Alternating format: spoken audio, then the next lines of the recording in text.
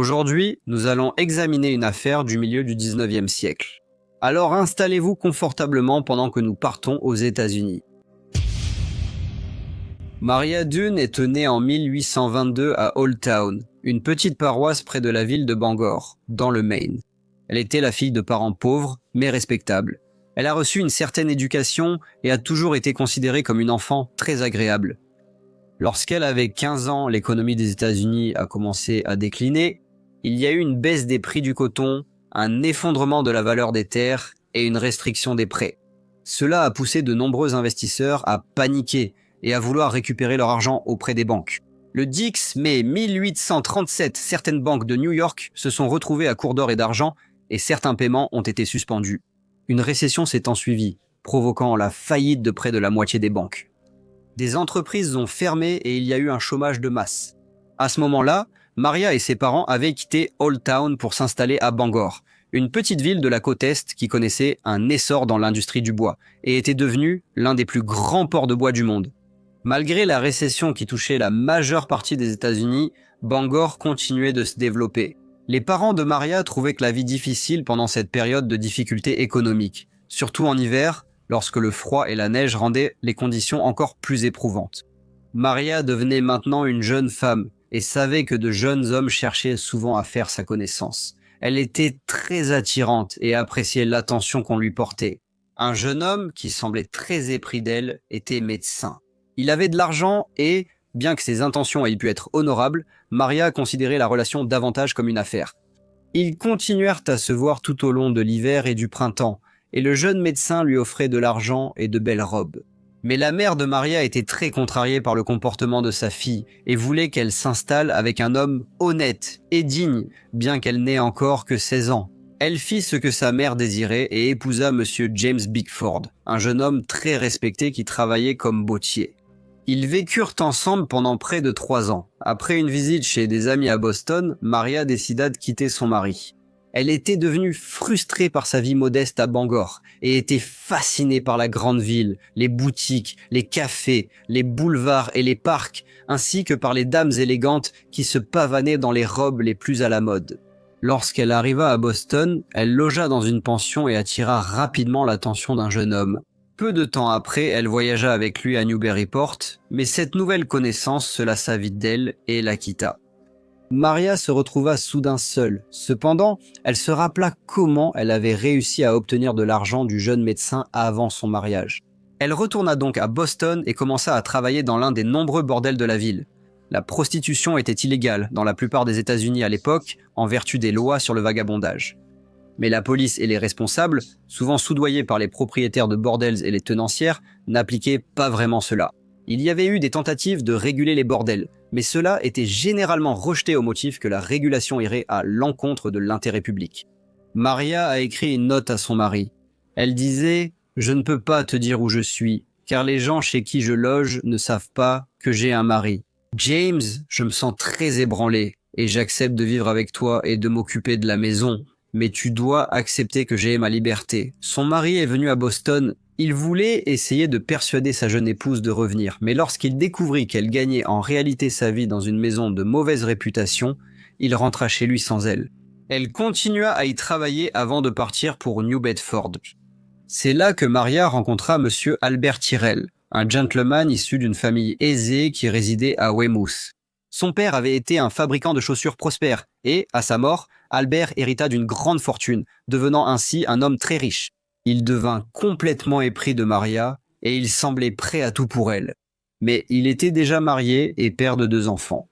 C'était aussi un homme qui n'était pas étranger à certaines indiscrétions. Sa femme avait toujours ignoré ses infidélités. Mais cette fois, la situation était différente. Son désir de rester avec la belle Madame Maria Bickford était si grand qu'il abandonna sa famille et loua une maison à Boston où il pouvait vivre. Il voyageait aussi, séjournait dans des hôtels de luxe et mangeait dans les meilleurs restaurants. Maria avait parcouru un long chemin depuis son enfance modeste. Cependant, elle ne voulait pas complètement abandonner son travail dans les bordels de la ville, ce qui déplaisait fortement à Albert.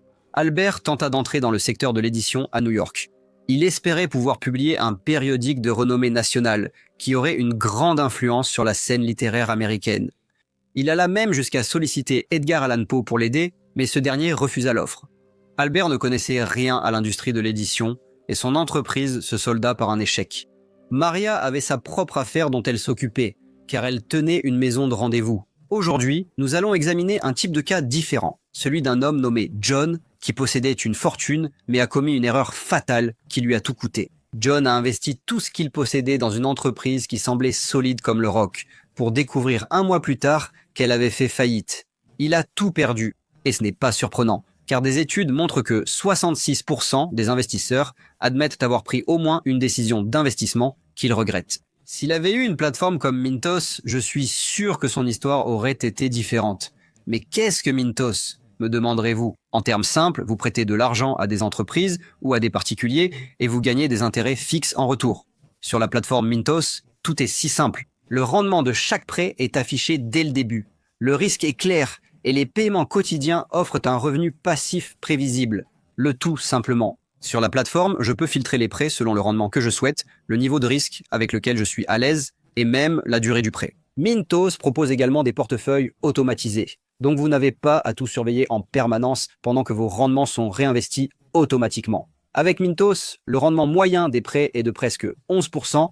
Mintos est en activité depuis 2014, compte plus de 600 000 utilisateurs et est réglementé dans l'Union européenne sous MiFID. Et comme vous passez par ma chaîne, vous bénéficierez d'un bonus exclusif allant jusqu'à 500 € lorsque vous investissez 500 € ou plus. Cliquez sur le lien dans la description ou scannez le QR code pour en profiter. Cher vieux Jeanne, s'il avait su. Vous le savez, alors ne ratez pas cette occasion. C'est un endroit où des couples non mariés ou des personnes entretenant des relations inappropriées venaient louer une chambre pour 1 ou 2 heures avant de repartir. Cela s'est avéré assez populaire.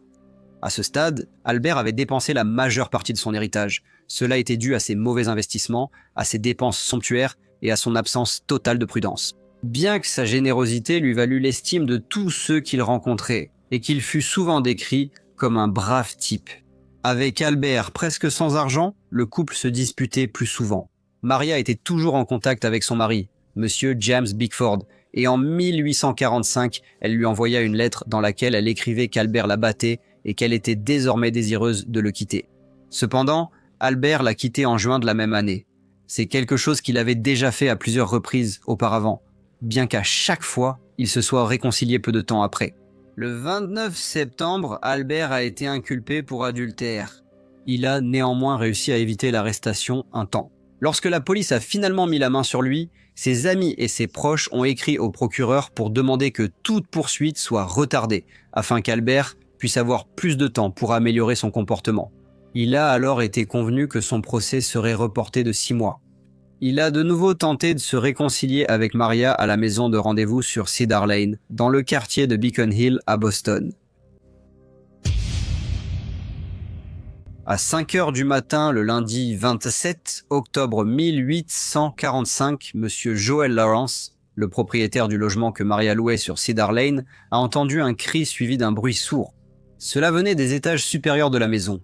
Il a regardé sa femme, qui avait été réveillée par le bruit. Ils ont alors entendu des pas descendre rapidement les escaliers, suivis du bruit de quelqu'un claquant la porte d'entrée. Monsieur Lawrence a immédiatement sauté du lit et est allé voir ce qui se passait. Il s'est rendu dans la chambre de Maria et a ouvert la porte. La pièce était remplie de fumée. Maria était sur le lit. Elle était immobile et ne faisait aucun bruit. En regardant de plus près, Monsieur Lawrence s'est rendu compte que Maria Bickford était morte. Sa gorge avait été tranchée d'une oreille à l'autre et il y avait du sang visible sur les murs. Au pied du lit, il y avait un rasoir, une canne et un gilet d'homme. Il y avait aussi une lettre qui était portant les initiales agitées Amabé. Il était évident que la personne qui avait fait cela avait tenté de détruire les preuves, car il y avait eu des tentatives pour mettre le feu. Monsieur Lawrence a appelé la police. Lorsqu'ils sont arrivés, Monsieur Lawrence leur a dit que la veille au soir, il avait vu Maria et Monsieur Albert Terrell engagés dans une vive dispute. Il n'y avait pas trop prêté attention car c'était un événement particulièrement courant. La nouvelle de l'incident a commencé à se répandre et d'autres témoins se sont manifestés.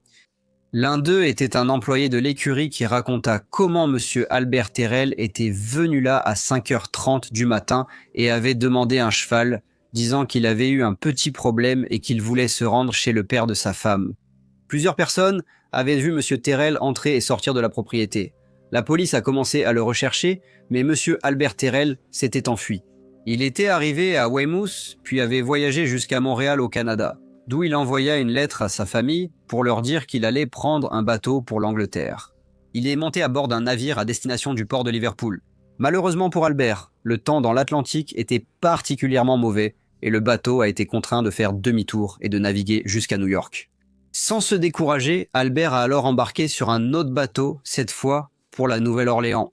Cependant, les autorités de Louisiane avaient été informées de son arrivée et, le 6 décembre 1845, M. Albert Terrell a été arrêté et renvoyé à Boston, où il a été inculpé du meurtre de Madame Maria Bickford. Les journaux ont rempli leurs pages d'articles sur Albert Terrell.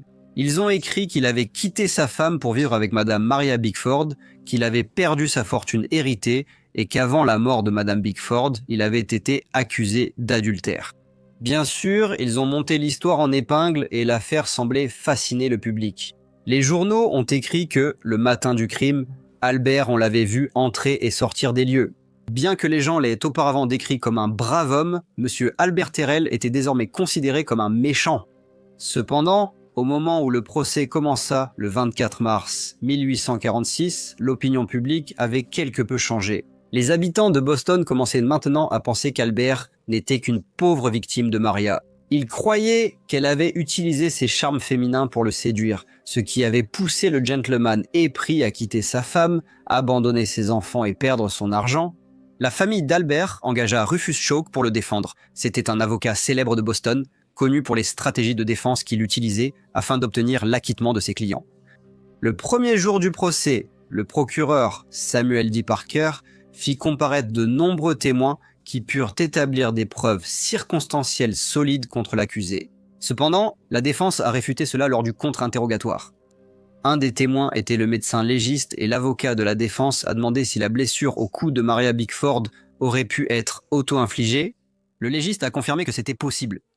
Une dame nommée Mademoiselle Mary Head, qui habite Cedar Lane, a déclaré au tribunal que le 27 octobre, quelqu'un avait frappé à sa porte. Quand elle a répondu, elle a vu Albert Terrell. Elle a dit qu'il lui a parlé, mais qu'il était vraiment dans un état très étrange. C'était comme s'il dormait. Le beau-frère d'Albert Terrell, un monsieur nommé Nathaniel Bailey, a témoigné que lorsqu'il a vu l'accusé à Weymouth, il se comportait de façon très étrange et lui a dit qu'il fuyait une inculpation pour adultère. Monsieur Bailey a ajouté que lorsqu'il lui a annoncé la mort de Madame Maria Bickford, Albert semblait à la fois choqué et attristé. L'accusation avait plusieurs témoins capables de confirmer que l'accusé était resté avec Maria dans la nuit du 26 octobre et était parti vers 5 heures du matin, mais la défense a remis en question la réputation et la crédibilité de ces témoins. Ils avaient également leurs propres témoins, qui ont informé le tribunal que l'accusé avait été un homme bien et respectable avant que son esprit ne soit corrompu par les charmes de la séductrice Madame Maria Bickford. La défense a affirmé qu'il n'y avait aucune preuve que M. Albert Terrell avait commis ce crime des plus terribles. Ils ont soutenu qu'il y avait d'autres explications à la mort de la jeune femme. Elle aurait pu se suicider ou être assassinée par une autre personne. Rufus Choate avait une autre explication alternative sur la façon dont Maria Bickford avait trouvé la mort de manière si malheureuse. Il informa le tribunal que son client, M. Albert Terrell, était un somnambule habituel et qu'il était possible qu'il ait effectivement tué Madame Bickford, mais uniquement sous l'influence d'un cauchemar ou d'une transe. À l'époque, il n'existait aucune explication médicale au somnambulisme, et les experts médicaux étaient en désaccord sur sa cause. De nombreux témoins furent alors appelés à témoigner, et tous confirmèrent qu'Albert avait souffert de somnambulisme toute sa vie. Un parent raconta comment, juste un mois avant le terrible drame, Albert était entré dans sa chambre en tenant un couteau, totalement inconscient de ce qu'il faisait puisqu'il dormait encore. Rufus Choate savait que l'argument suggérant que Maria s'était donné la mort n'était pas solide, surtout qu'elle était morte de façon aussi sauvage. La défense du somnambulisme allait être celle qu'il devait davantage présenter au jury. Cependant, les théories qu'il avait présentées et sa description grossière de Maria comme une adultère et une femme de si basse moralité avaient semé le doute dans l'esprit des jurés. Les journaux de Boston étaient convaincus qu'Albert Tyrrell était coupable. Ils reconnaissaient la compétence de M. Rufus Choate comme avocat, mais certains jugeaient de ses méthodes non éthiques et, si tous respectaient ses talents de juriste, certains s'élevaient néanmoins contre lui. Un journaliste a écrit « Les fulgurances de son génie se déployaient sans grand souci des conséquences, qui importaient finalement assez peu aux grands protagonistes de l'affaire. Qu'ils purifient l'atmosphère morale en défendant la cause de la vérité et de la justice, ou qu'ils détruisent la belle structure de la vertu publique et de l'intégrité publique. » Dans sa plaidoirie finale, Rufus Choate a parlé pendant plus de 6 heures.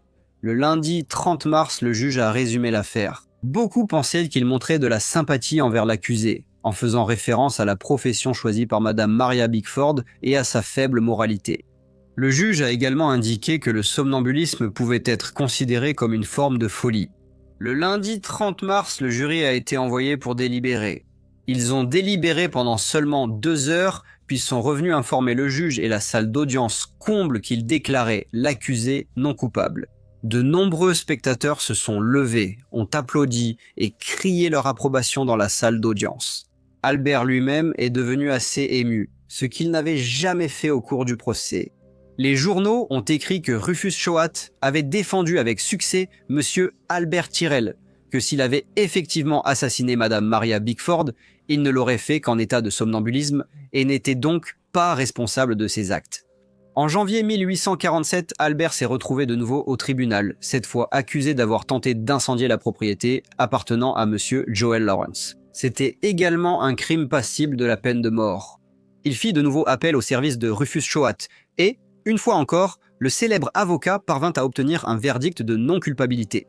Albert tenta alors de se faire rembourser la moitié de ses frais juridiques, au motif que son innocence était évidente.